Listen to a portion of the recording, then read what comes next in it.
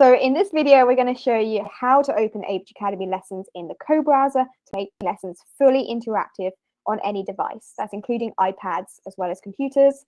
And the student can click, they can move things on the screen, they can type, and they can select things just the same as you can as a teacher. So it's very different to standard screen sharing. Okay, so when you're in the whiteboard, and this is where you're going to land as soon as you go into Koala Go. At the bottom, this little world icon, that's going to take you to the Co-Browser. So when you click on the Co-Browser icon, then you're going to just be loading up what is going to look like a regular browser. But again, you're inside of Koala. All right, so when you first get into the Co-Browser, you're going to notice at the bottom right corner that it says Student and Europe. You want to choose the area that is closest to where your student is, and this will make the experience much better.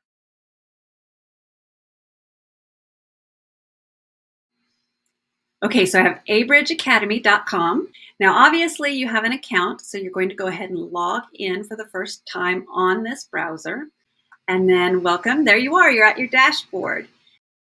Now navigate as normal to your chosen lesson. If you want to go ahead and have the full screen mode, you see the three little dots down at the bottom of the slide, and you can choose full screen.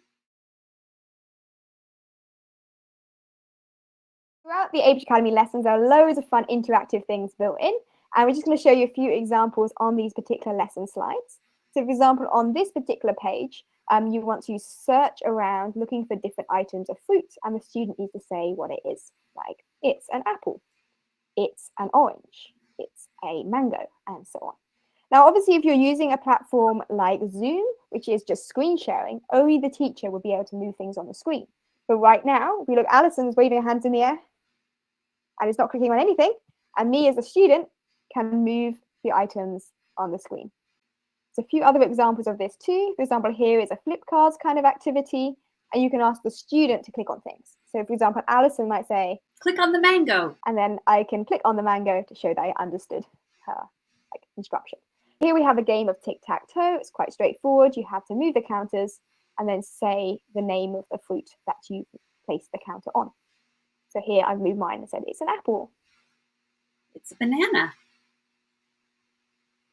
It's a mango. So in this way, because the student is directly clicking and engaging with things, it's a lot more fun than if they are just sort of passively looking at the slides.